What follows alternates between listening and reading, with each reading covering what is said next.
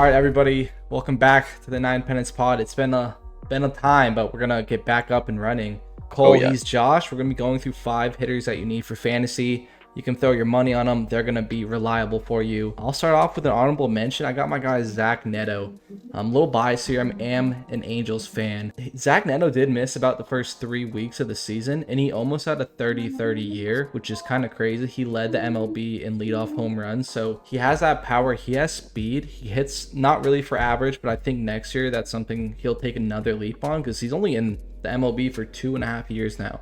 He's super young. He's going to take another step. I believe he's going to be a sleeper for, up there in MVP conversations. I don't think he'll win it, but I do believe Zach Neto is going to go for like 30-30. He's going to hit roughly 280 and just be a great player for you. I really do. I agree. He is so fun to watch. He got a lot of swagger out there. He's great. He's swaggy. Angels offense and I think better too, so. I think so. Even with the loss of Taylor Ward, which kind of does suck. But I think Grayson Rodriguez was a huge steal. That's honestly. We fleeced them. You sold on the high, and they sold on the low, and so I mean, that's a great pickup. And I think Zach Neto is gonna really show out this year. Especially, you said he missed 3 weeks, right? Like the first 3 weeks, roughly ish. Maybe even more. Nasty. So yeah, he was great this year. 26 home runs and 26 stolen bases. So I can easily see him hitting 30-30 next year.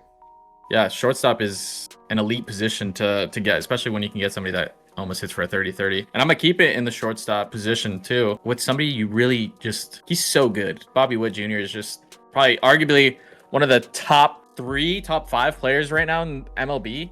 I mean, it's obviously hard to go up against Judge and Shohei, but I think Bobby Witt can really be up there. I mean, I think he had a better year than Soto for sure. I mean, he had a year.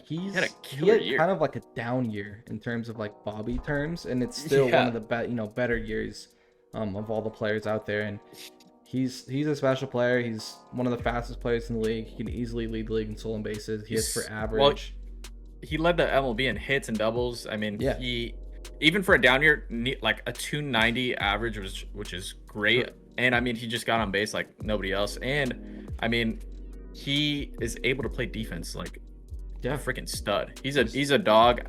And I mean, he led my team basically the whole year. I think he in fantasy for ESPN fantasy, he averaged about 2.7 or 2.8 points. Yeah. A freaking day, which is kind of nuts. Yeah, for sure.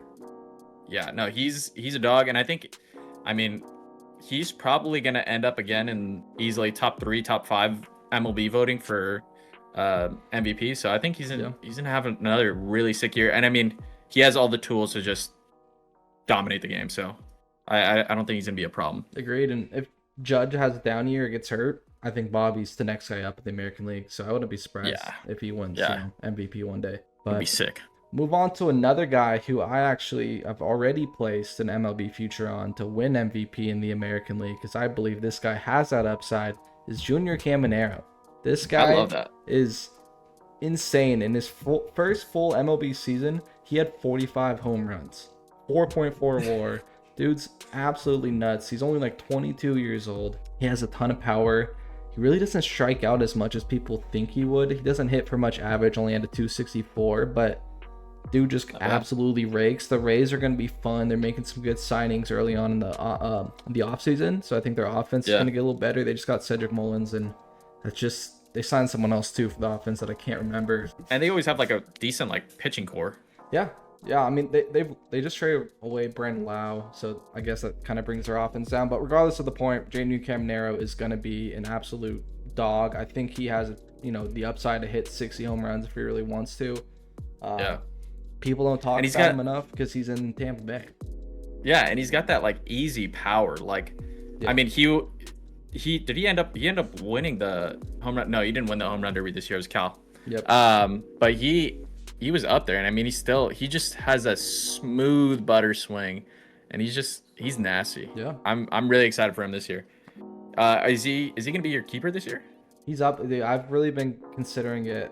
Sadly, it's Caminero or Ellie, but I mean, Caminero's been it's hard. I mean, The next guy I'm getting into, I might be very bold and keep him, but we'll see how that goes. You got it. I'll step into my second guy, Yordan Alvarez. Jordanathan was injured basically the whole year last year, but when he did end up playing, he still had that pop. He is so nasty, and I mean, in fantasy, regardless, he's probably still gonna be going in the second, third round, just because I mean he's Yordan. But yeah, people that are afraid of that like injury bug that he kind of got last year, I mean, I still think he's gonna be disgusting. I held him for basically most of the year last year, and then I dropped him in basically the playoffs, which actually ended up hurting me a little bit. But no, he was such a dog, and I mean he's such a scary bat in the AL. So I think he's gonna, if he's able to stay healthy, which I think he will be. I think he might be up there as well. He's gonna have a crazy year, at least probably like 30 home runs, maybe like over 90 plus RBIs if the team Easily. around him is, yeah. I mean, you know, good, which Houston usually is pretty decent. So I think it's a great buy low opportunity on him too, like at the draft, because he hasn't really had a full, healthy year, and when he has that full healthy year, he's easily can be a top, one fantasy player. yeah, matter if he can stay healthy, and I think he will drop a little bit lower, like you said, second or third round, but at his peak, he's a first round, draft talent. yeah, I really do like him. And I mean, like I said, just in the short time that he played, you can still see that he has that pop, dude. He just hits a ball and that thing he's just the scariest goes. Yeah, he's when up in the plate, he's the scariest guy to see, probably as a pitcher or a fan of the other team. When you went to the Astros game, was he healthy?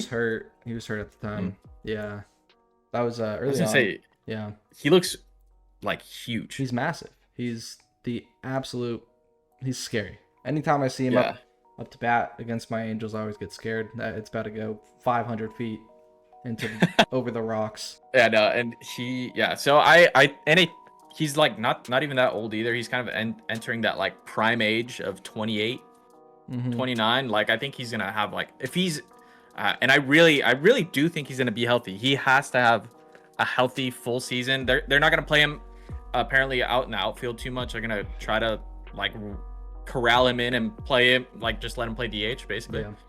So I think that'll work out for them in the long run. I think he will have a full good season. No, I definitely agree there. And this last guy is probably, it's really tearing on my, pulling on my heartstrings not to keep him. It's the guy, Big Amish, Nick Kurtz. And he is so good. And just to put it as reference, as much as raving about Junior Caminero, Junior had 45 home runs. Nick Kurtz had 36. Nick Kurtz did that in 180 less at-bats. So that's crazy. Only 9 less home runs, has over a 1 OPS, due to slugging over 600. Almost an on-base percentage of 400. This guy is actually insane. The only thing that, scares me about keeping someone as, this early into his MLB career is that sophomore slump. Which we see in some hitters. Some hitters, it doesn't even matter. But I think regardless, this Nick Kurtz is the truth. He's going to actually ball. He's easily already one of the best hitters in the MLB, and he wasn't even up for the full year. Which is crazy. And I mean, he really had an awesome season. I think the A's are in store for we said this last year. I was hoping more for them this year, obviously. Yep. But I think next year they really do have like a squad. Yep. I think Nick Kurtz, Jacob Wilson, Lawrence. I hope Lawrence Butler actually has a really good year next year. If he can do what he did at the end of 2 seasons ago, plus Rooker, they just traded for Jeff McNeil, which is actually great. I think that's actually not bad. And then Shea Langeliers is a top 5 catcher. I think. Yeah, he's nasty. And also my last guy is gonna be Tyler Soderstrom. Yeah, because it's another name. He was probably Mr. Consistent last year. Obviously, he like fluctuated around that 270, 260 average, but he really didn't have like a down month. Like he was just kind of steady. He was one of those guys that really just hit and was like very, efficient with all of his hits. So I think, he didn't strike out too much last year. And I think he was close to 90 percentile in all of the hard hit rates. is nasty. He's so Soderstrom has good. been great. He's been a prospect I've kept up with, and in previous MLB The Shows, I'd always trade for him because he had high potential and he'd always be like a Yeah. beast like years down the road. But I mean, we saw what he did in the first month of the season. He was the first one to 10 home runs. He was absolutely raking. Dude's Just nasty. like, that just shows his upside, right? And they play in a small ballpark, so this goes back to Nick Kurtz as well when they're playing at, can't think of the name. I think it's Sutter Health. Sutter Health Park. The ball Yeah. flies there, especially early in the year because it's like hot in the summer.